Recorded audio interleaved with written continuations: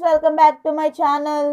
Bollywood director రాజ్తో పెళ్లి తర్వాత హీరోయిన్ సమంత ఫుల్గా చిల్ అవుతుంది.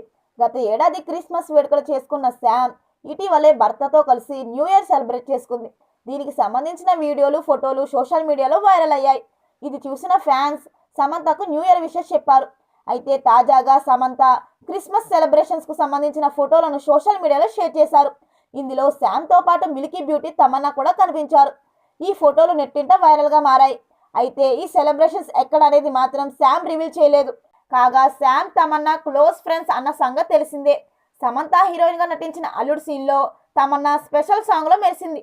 మరోవైపు సమంత సినిమాల విషయానికి వస్తే ప్రస్తుతం మా ఇంటి బంగారం అనే సినిమాలో నటిస్తుంది. తమన్నా బాలీవుడ్ సినిమాలతో బిజీగా ఉంది. టాలీవుడ్లో కేవలం స్పెషల్ సాంగ్స్లో మాత్రమే కనిపిస్తుంది.